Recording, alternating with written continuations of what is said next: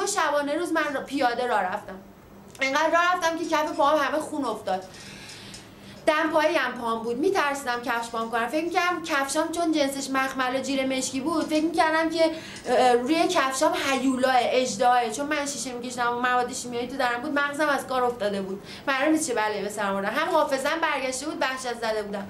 48 ساعت تموم من راه رفتم. اونجا خیابوناش مثل تهران بود ولی آدماش اصلا فرق می‌کردن. من محله‌ها رو نمی‌شناختم، یکم فرق داشت با تهران. ولی میدونای اصلیش مثل تهران بود. انقدر راه رفتم، از یه اتوبان همینجوری رفتم. اون اتوبان مثل اتوبان افسریه به تهران پارس بود، مثل همون بود. انقدر رفتم تا رسیدم به یه پل خیلی بزرگ بوتونی که پایه‌های هر ستونش اندازه این اتاق بود. یه پل خیلی بزرگ. اون پل بین آبلی و گیلاونده. بعد از جاده آبلی انداختم اومدم پایین، نوشته بود آبلی تهران، فلش زده بود دست راست. همینجوری پیاده اومدم تو شب از کنار جاده تریلیای بزرگ داشتن می‌خواستم منو زیر کنن، اونم حفاظتی بودن. همینجوری پیاده اومدم تا رسیدم به اون برج بزرگی که ساختمون تجاری سرا تهران پارسه اونجا دارن میسازن که ساختمونش تجاری بشه. اون برج رو که از دور دیدم تازه فهمیدم که اونجا سرا تهران پارسه. از آبلی اومدم اتوبان تپه‌های سرخ حصار که شمال منطقه شرق تهران پارسه.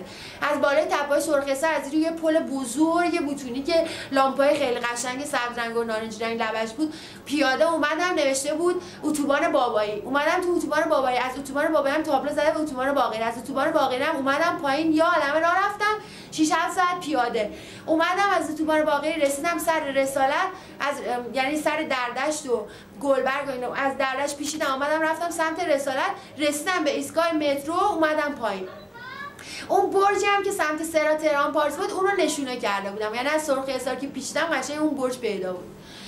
اومدم پایین، میتونستم بپیچم سمت اون برج و سرا تهران پارس، ولی چون می‌خواستم برم سمت جنوب شهر از این ور پیچیدم از اتوبان باقری اومدم رفتم سمت میدون رسالت. اومدم رفتم خونه‌ای که تو شهر سوخته داشتیم، همون خونه رو تو شکوری داشتیم. اومدم رفتم سمت اون خونه ولی هر چی زنگ زدم هیچکی درو باز نکرد. بعد فهمیدم که اصلا من یه جای دیگه بودم، تو تهران نبودم. فکر کردم که چون وحشت زده بودم همینجور دور خودم چرخیدم. همه این چیزایی رو که گفتم جمشید بهم گفت. حالا خواهش میکنم به من کمک کنید. الان سربه داغ ریختن تو گلوی فردین داره میمیره. مامانم هم دوباره شکنجه دادن، خواهرم هم با مش زدن آبجی رازی هم که ناتنیه، عینکش اینطور که خودشون میگن عینکش شکسته رفته تو چشاش، جفت چشاش کور شده، الان جراحی کردن چشاشو. برادرم هم انقدر سرشو کوبیدن تو دیوار دوباره ضربه مغزی شده بیمارستانه. بابام هم تو بیمارستان بسره. تو رو خدا به من کمک کنید، من هیچ پناهی به جز خدا ندارم و بعدم امیدم بعد از خدا به شما، به من و خانواده‌ام کمک کنید. همین.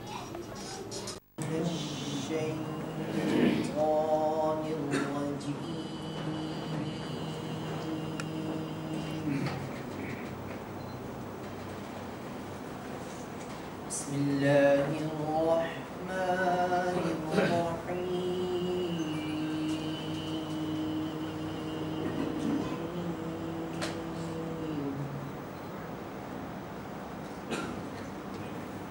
والعصر